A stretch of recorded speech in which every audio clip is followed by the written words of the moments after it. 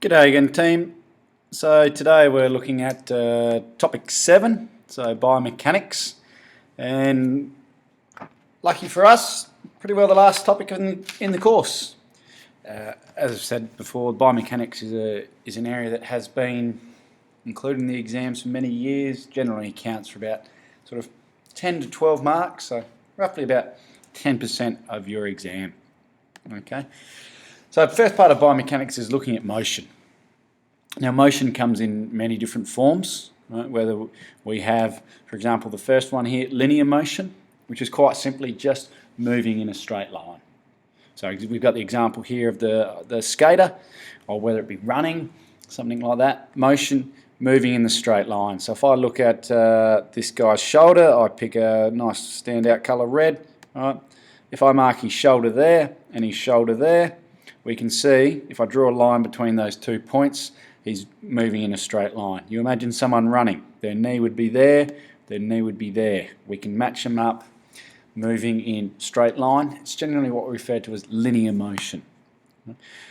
We then also have curvilinear. So curvilinear, as the word suggests there, curved line. When we go back, linear, words in there, line. So in other words, moving in a line, moving in a curved line. So for example, we look at the skydiver here. If we're looking at this guy's head, or girl, whoever it might be, their head is there. When they first started, they were standing in the plane there. Then they jumped out of the plane, their head's there. And as they move down, we match up all those points, and what is it? It's a curved line. So that they are undertaking what we would say curvilinear motion. Then we have angular motion. So angular, as the word suggests, involves angles. Right? Could be rotation. So when body parts move along a rotational pathway. So if we look at the cyclist, we have 3 points of rotation for the cyclist. Can we actually identify them? So in other words, where are the 3 points on this cyclist that would be undertaking rotation in terms of angular motion? Well, this foot on the pedal goes round and round in that way.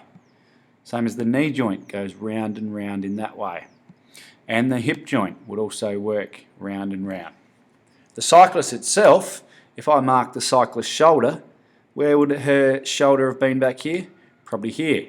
And we draw the line. Hey, the cyclist itself is undertaking linear motion, but within the cyclist, they are undertaking angular motion. So angular, as we said, rotation. Now rotation can occur inside the body, it can occur outside the body.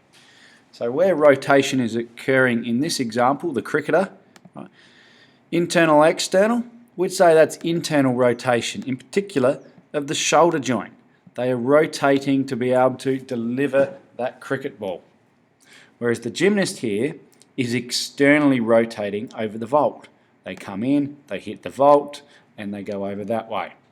So that's what we call external rotation, as opposed to internal rotation. So we've looked at our motion. We then look at a projectile motion. Now what is a projectile?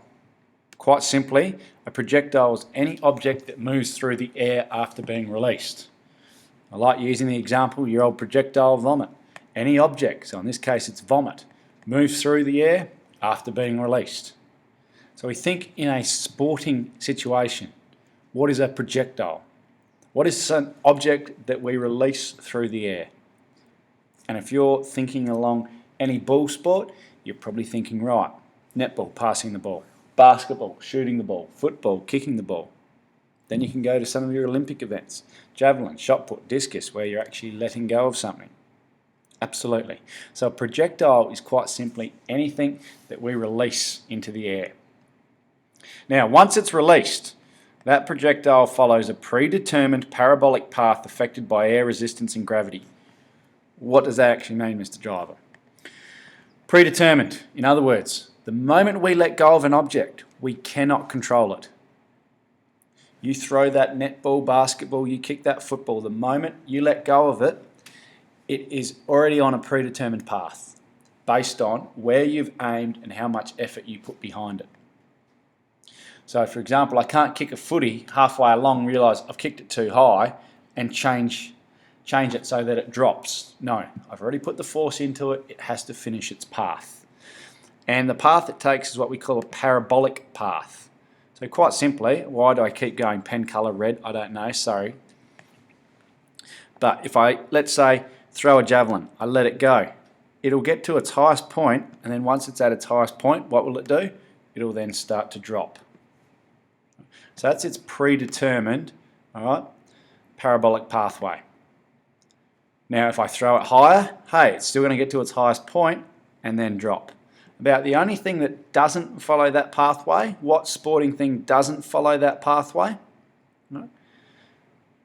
If you're thinking shuttlecock, you're thinking right. In terms of when you hit a shuttlecock, it gets up to its highest point, and then what does it do? Drop straight away.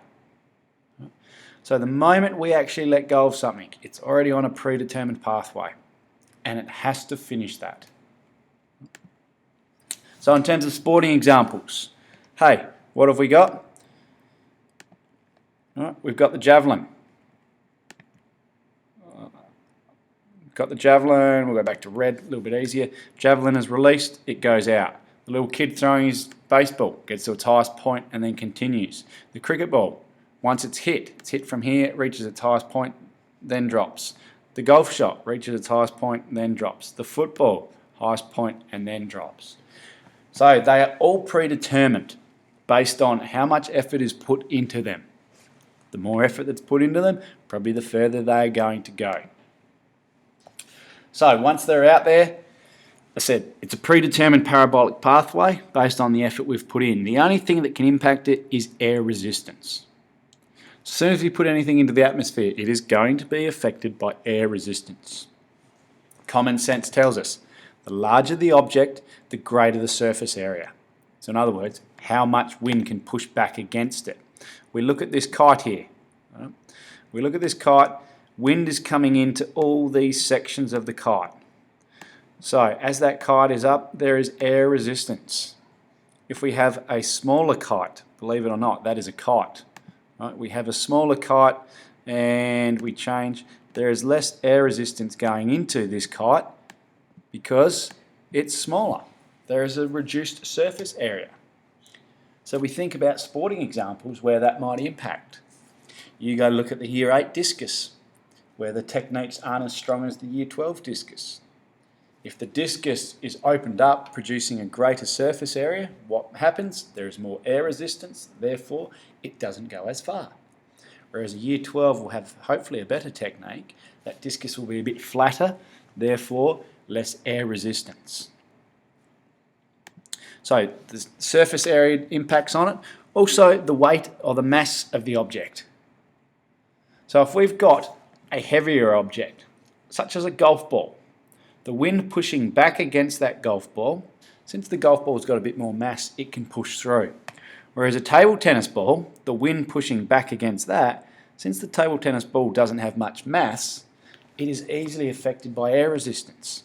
So just on a gentle, breezy day, you try and hit a table tennis ball into the wind, it's probably going to get a little bit distance and then it might even come back because it's pushed against that air resistance. Whereas the golf ball would push through it. So what's going to impact on air resistance? The mass of the object and also the size of it. The bigger the surface area. Which is why a lot of sports, I think we've got on this next one, will try and use tight clothing. For example, cyclists.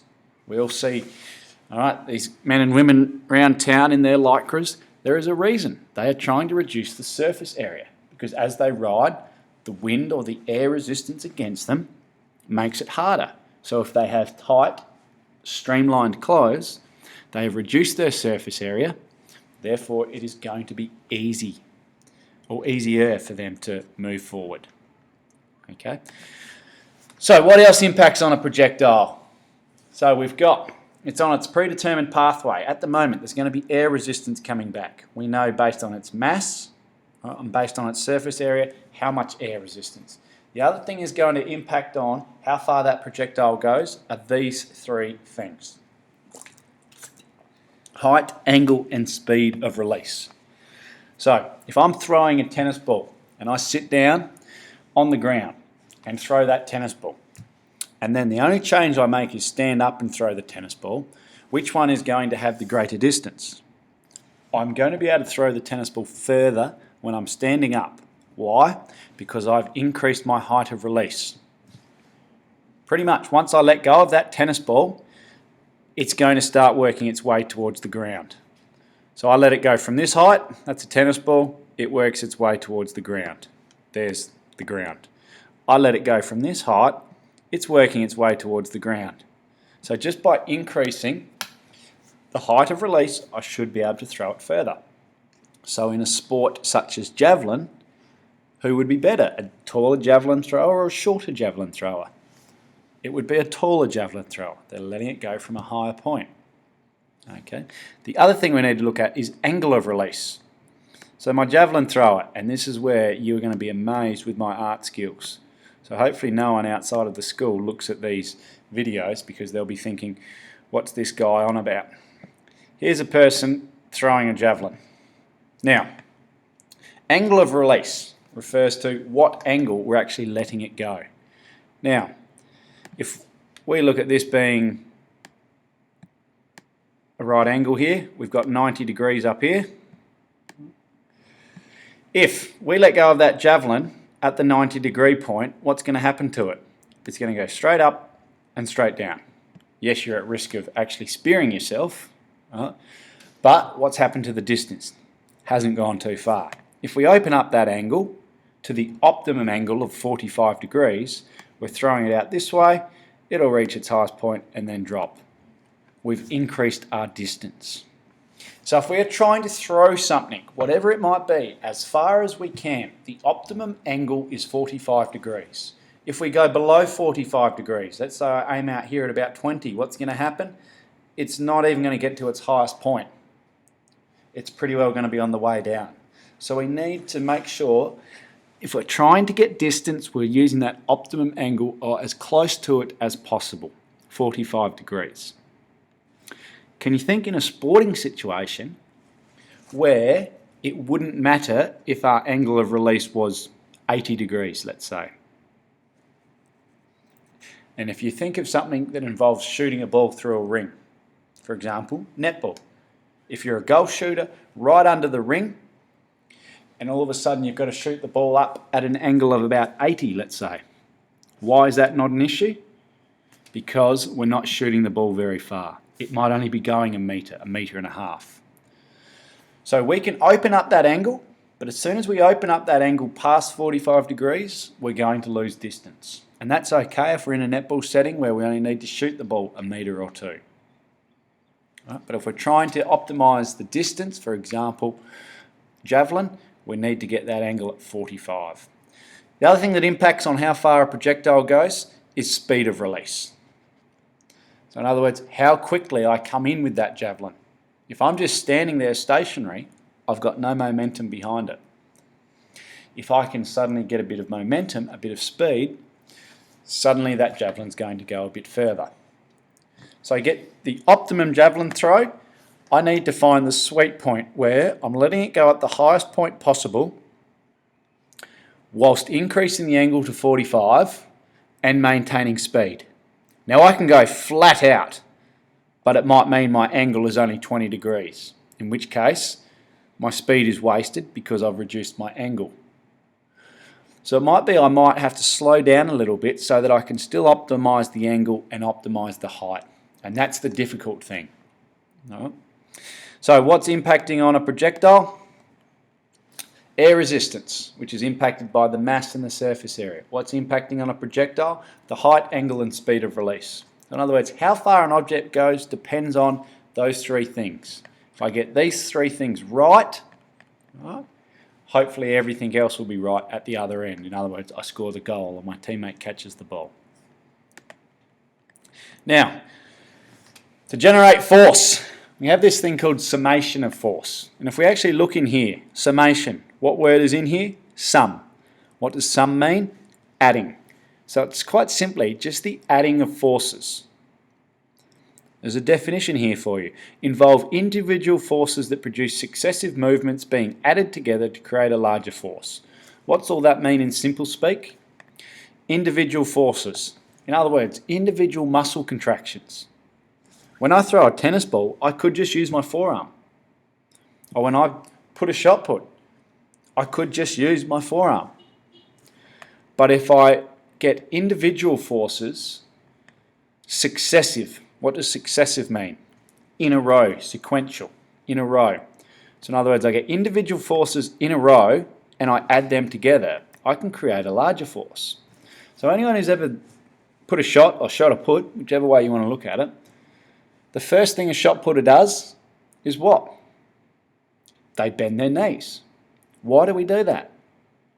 We do that to generate force from our legs. So we squat down, we generate the force in our quads and our hamstrings, and then we continue those individual forces onto the next one. So we then move up through our back, we then move up through our shoulders, we then move up through our forearms.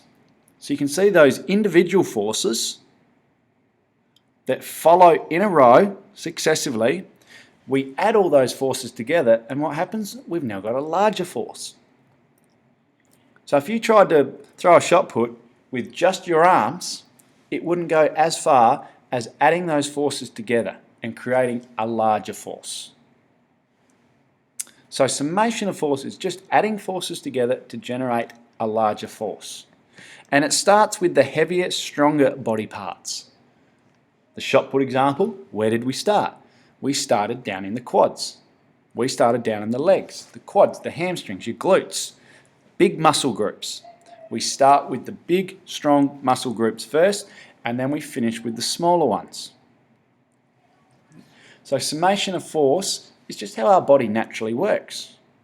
And we can sequentially group these movements to create a greater force. Therefore, projectile goes further. So throwing activity that's being referred to is we went out in the oval and we started with just a tennis ball and you had to throw it from your knees. Then we stood up and you threw it standing up. It's gone further because we've increased the height of release. Then we got a run up, so since we're increasing the speed of release, it's gone further. But the first thing you saw as soon as the kids went from kneeling and throwing the tennis ball to standing and throwing the tennis ball was they squat down to try and generate force. Right? The summation of force. So, impact here. Impact just refers to, as we've got here, a lovely little definition, right? The force that we can exert on an implement. So usually a ball collides with a body part or an implement. So you can see the tennis there. Impact is occurring between the racket and the ball. Now that is going to have an impact on, pardon the pun there, on how far it actually goes. So the amount of force we exert, but also the implement. In terms of the go-go golf balls, the squishy little golf balls. Right? Since they have a high level of elasticity, in other words, they can be compressed.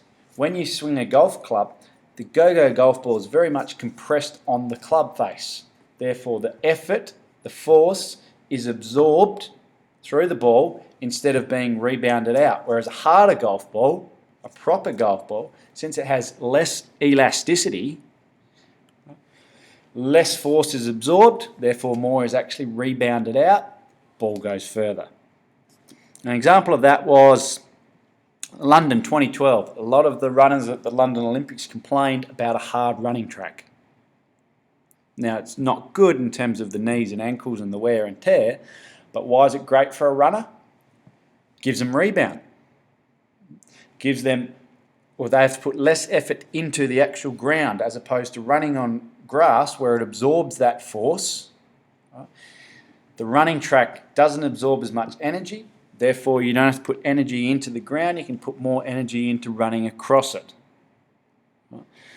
So that's one way where it can help, but you then look at the opposite. Gymnastics, they have a very soft surface where it's supposed to absorb that energy. Reason being, to keep them safer. They're doing a lot of landing, right, for that shock absorption. So impact can be increased, it can be reduced. In terms of why do we want to use it? Well, I'm going to reduce it for year 8's doing golf because I don't want them to hit the golf balls as far. So we'd use the go-go's so the force is absorbed. All right? Next we've got levers. Now, as it says there, a lever is quite simply a rigid rod that is rotated about a fixed point. Right? So what do we use levers for? Generally you use levers to move a force. Okay? Now, I've used the two terms here, or the three terms, because depending on how it's referred to in the exam. But what we need in a lever situation, we need an effort or a force. So, some form of effort needs to be applied. As it says here, usually comes from the contracting muscles within the body. What else do we need? We need a load, or a weight, or a resistance. Something that we're trying to move. And the final thing we need is a pivot point. So a point which we can rotate that lever around. If we've got these three things, we can make a successful lever. And levers are classified in three categories, whether it be a first class lever, a second class lever, or a third class lever. Now, what's the difference, some of you might ask? No worries, we'll go through that. Right? The difference is quite simply what is located in the middle of the lever. What is located in the middle? So here we've got the axis or the fulcrum. In a second class lever, the load is in the middle. And in a third class lever, we've got the effort. So you're going to go, well, okay, driver, how am I supposed to remember that? Quite simply, remember, at the end of the year, you need to buy me an ale, a beer. Thanks for teaching us, driver. I'm going to buy you a beer. You remember an ale. A-L-E. A is first. What do we think A stands for? Axis. L is second. What does that stand for? Load. Effort. Sorry, E is third. What's it stand for? Effort. So here we are, third class lever. The third thing is an E. The effort's in the middle. Alright, second class lever, A-L-E. L should be in the middle. And the first class, ale, A should be in the middle. So to be able to classify, we remember ale. And that'll tell us what's in the middle. You go, okay, that's all well and good. But how's it going to look? For example, and again, forgive me for my brilliant drawings, let's say this person is playing badminton. Alright, and I'm just doing half a person here. Right. There's their arm. I'll put the racket in a different colour so we can see. This person is playing badminton. Oh, brilliant, nailed that. And we'll put a shuttle in as well. We'll go with green. So there's the shuttle. We now need to look at, okay, what is what? And a good thing for you to do is imagine yourself actually playing the game. And you think to yourself, okay, if this is me trying to hit that shuttle, where is my effort coming from? As you said, effort could be the muscles in terms of what they're putting in. Where is the effort coming from? Probably about here. Yep, you can argue it's coming from my hand, it's coming from my forearms, my muscles in here, my biceps or triceps. All right, the effort's coming from there. Cool, no worries. Then think, well, what's the load? What's the actual physical thing we're trying to move? And in this case, what would it be? If you said the shuttle, cool, no worries. There's the shuttle. That's the load. That's what I'm trying to move. And then you think, what is the point that we are trying to move around? Where's our axis? And when you hit an overhead clear in badminton, what's the point that's rotating around? If you said your shoulder, you've done pretty well. So now all of a sudden, we've got the A, we've got the E, we've got the L, and we go, righto, what's in the middle? The E, that must be a third class lever. So we can actually picture what is going on. Another example in case that one confused you. Let's say we've got old mate carrying a wheelbarrow. Alright, here's old mate, here's his arms. Alright, his little T-Rex. Alright, we'll put the wheelbarrow in. So there's a wheelbarrow,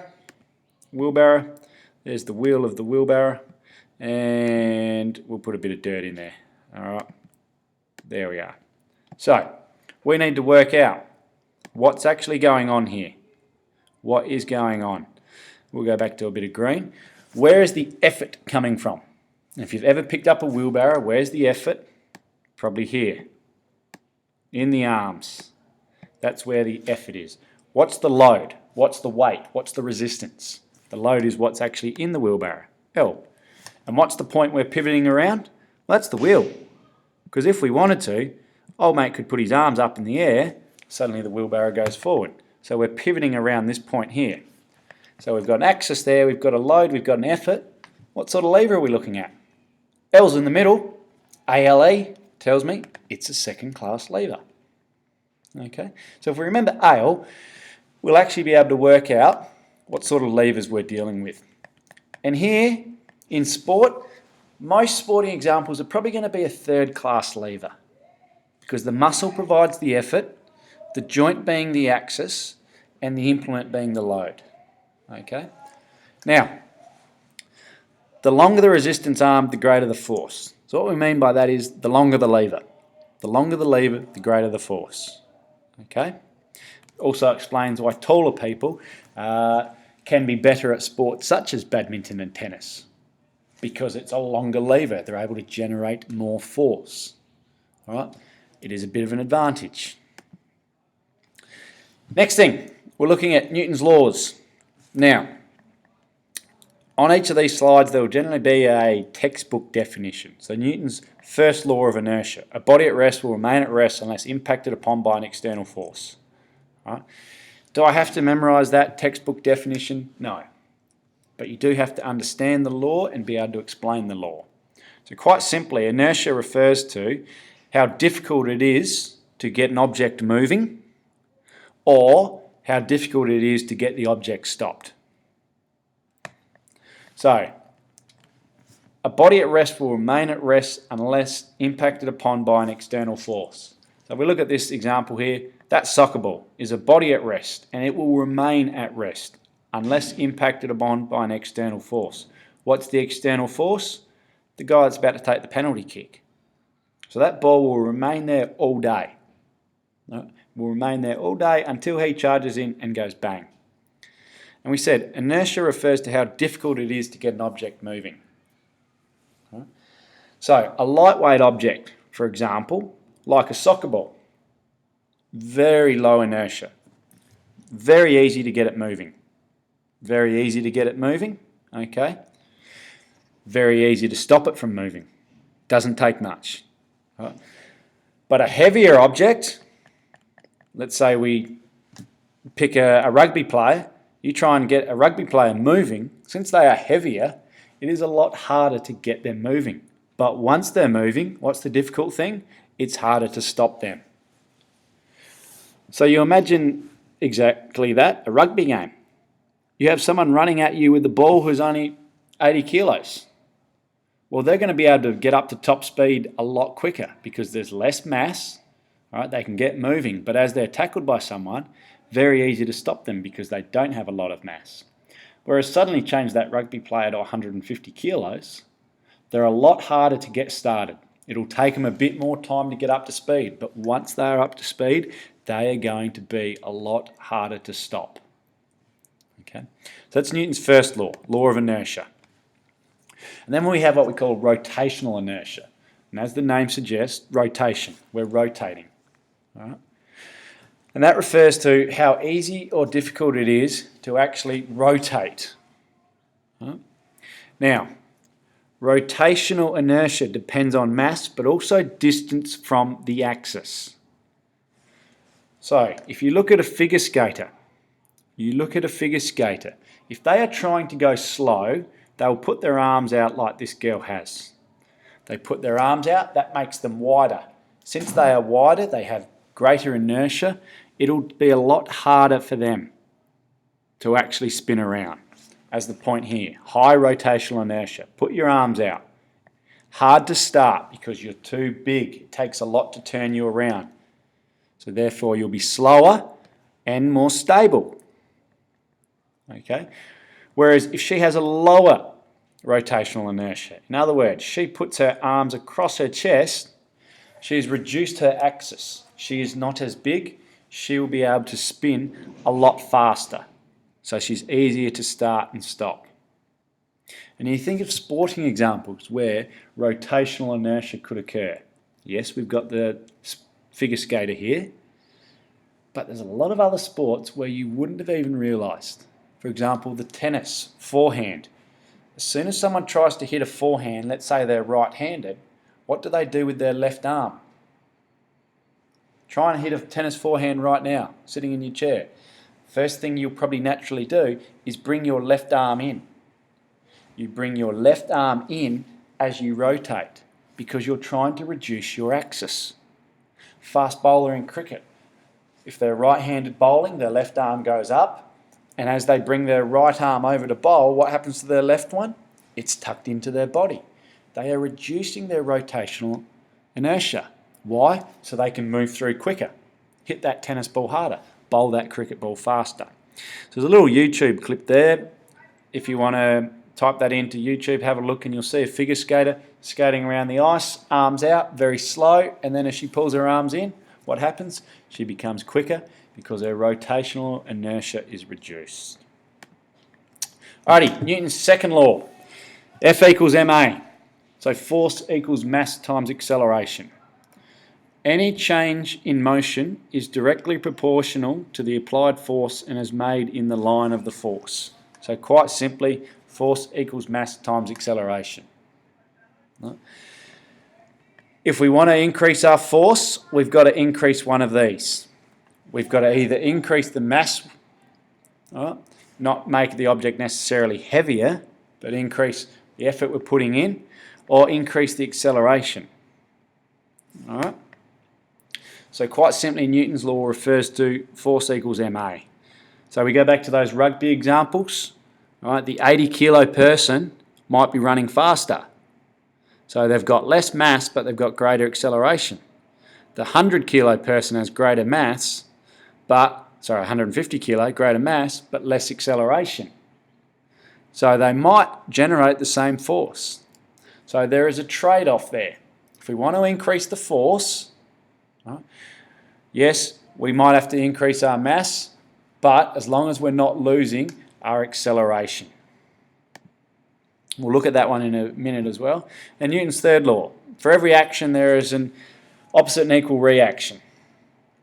So, Ricky Ponting here playing a cricket shot. Bat and ball sports are great to see.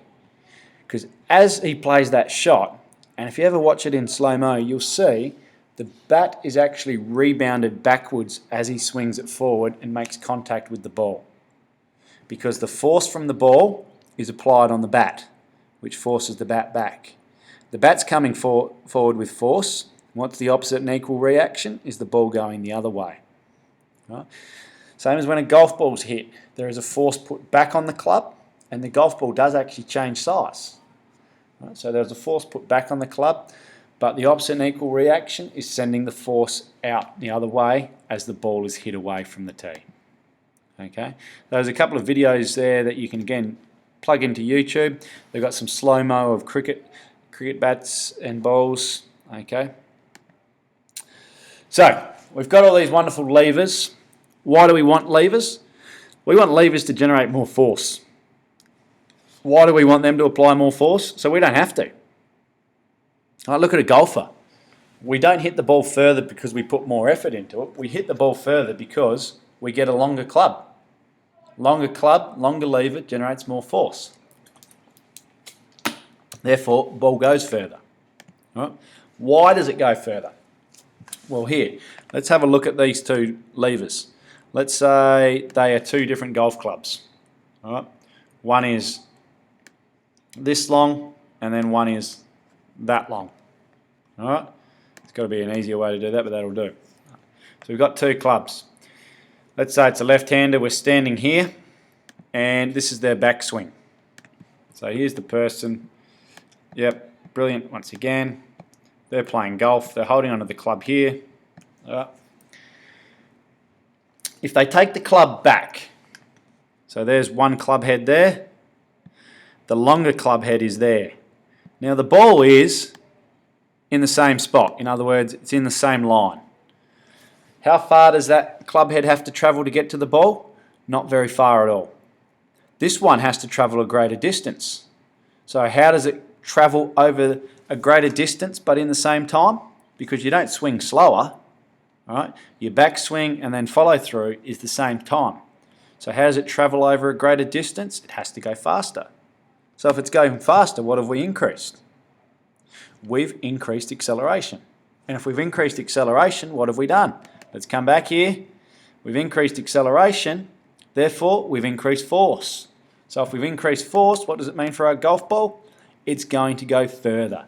So the longer the lever, the more force. Hopefully that makes a little bit of sense. Now some of you are looking at the picture there perhaps. Matthew Hayden, former Australian cricketer, and they brought out this little novelty cricket bat basically. No one really uses it. What can you notice? The handle on it is a lot longer. Normally a cricket bat handle would probably stop about there. All right? So they've made a longer handle. So what's the advantage of that? And if you're thinking longer lever, you are correct. So he would be able to generate more force. So you then think, well, hang on, why is it we haven't seen those bats used more often? Well, what's the downside to it? And if you're thinking there's a smaller surface area of the bat, you'd be correct. So you'd have to be fairly skilled because you've now got a smaller surface area to actually hit the ball with. Yes, you can generate more force, but that's no good if you can't actually make contact because it's a smaller surface area. So it's a bit of a trade-off. So, question is, why don't we just change the implement lengths? So why don't I make a cricket bat that's 2 meters long? That'll be a longer lever again. I'll leave the bat the same size. I'll just put a meter long handle on it, 2 meter long handle. Why don't we do that? Because what do we need to generate force? Mass and acceleration. And if it's a 3 meter long cricket bat, what are we going to lose? We're going to lose acceleration. Because by the time we actually pick it up, draw it back and actually swing it, we've lost acceleration. So there is a trade-off, and we have to get that balance right. So if sporting bodies regulate implement length, how can we generate more force? So in other words, we can't make a longer lever. What do? Hey, cricket bat, it might be a case of we use a heavier bat. If you can use a heavier bat and still maintain the same acceleration, you've increased the mass. Therefore, you'll generate more force. But if you just use a heavier bat to try and make more force and you lose acceleration, then you've lost the battle. Okay? And that's what we've got there. Alrighty, working our way through. We're almost there. Centre of gravity. So the centre of gravity is where we're basically balanced. The point is equal. So the point at which all surrounding weight is equal. It is the point at which an object is in balance. So if you hold a metre ruler on your fingertip, all right, where is it going to be balanced? At the 50 centimetre mark. Because you've got 49.5 centimetres going to your left, you've got 49.5 centimetres going to your right, and your finger's in the middle. So the centre of gravity for that metre ruler would be the 50 centimetre mark. Okay? An object is balanced if the centre of gravity is located within the base of support. So for example, we'll go back to, what colour do I want? Red will do. Her base of support, so we're trying to work out if she's balanced. An object is balanced if the centre of gravity is located within the base of support. Her base of support is here. They are her feet. That's where her weight is just distributed over. Her centre of gravity in terms of, hey, how much weight's above, how much weight's below. Her centre of gravity might be about there. Is that located within the base of support? Yes, it is. She is then considered, all right, balanced. The larger the base of support, the more stable you are. So if she just spreads her feet a little bit more, so instead of being that wide, she's now that wide, she has increased her base of support. So she is more stable. Right. Also, what makes you more or less stable is raising or lowering the centre of gravity. So in other words, hers is there. If she were to squat down, suddenly her centre of gravity comes down here. She becomes more stable. Right. So we want a nice wide base of support and we want to stay low. So we start thinking about sporting examples. Think of a sport where raising or lowering your centre of gravity could have an impact. And if any of you have thought about that old bloke that's still rolling around and tearing up the surfing circuit in Kelly Slater, you're on the right track. Look at surfers and what is their natural stance on a board. The feet shoulder width apart, maybe a little bit more, because they're increasing their base of support. And what do? They squat down to try and make themselves more stable by lowering their centre of gravity. Same as every year when we take the Year 10s down to the surf camp or the Year 11s and 12 up to the ski trip. We think about which kids are going to be good. Generally, the shorter kids will have it easier because they have a lower centre of gravity. They find it more natural. Taller people are going to struggle a little bit more. Just another example of why being tall is a curse. There are no real sports where tall is a blessing other than basketball and netball. So, we can lower our centre of gravity by standing up or by squatting down. We can increase our stability by increasing our base of support. Now, when we talk about balance, we can talk about static balance or we can talk about dynamic balance. Word up there, equilibrium. Fancy word. What word looks like it's in there? Equal. Equal means, hey, balanced. So static means stationary. So stationary balance. So you look at the bloke on the rings here, he is very stationary. Not just because it's a photo, but he's holding himself there. So he's showing static balance. Whereas dynamic balance occurs when we're moving. So we've got the girl or the lady here going for a run. All right. So she is displaying dynamic balance because she is maintaining her balance while she's moving. Last things we need to look at is a bit of speed and velocity. Now, these couple of slides are just in there so you can have a look at how speed and velocity is calculated. Mr. Driver, do I need to be able to calculate speed and velocity in the exam? It is most unlikely. They've never asked us to do it before. Can't see why it would come up. But it's more a matter of, in a question, they might give you speed and velocity. And it's just important that you can see the units it's used in terms of meters per second, having a rough idea of how it's actually calculated, where it is just simply, distance and time taken. All right? Where we can calculate average speed, average velocity. And Usain, on average, 10.4 meters per second, which is why he's able to run the 100 in less than 10 seconds. How do you compare? Well, you're probably going to be like me and not as good as Usain, but I'm happy enough to live with that. Okay, and that would just about bring us to the end of that topic, and just about to the end of the course as well. So thanks, guys, until next time.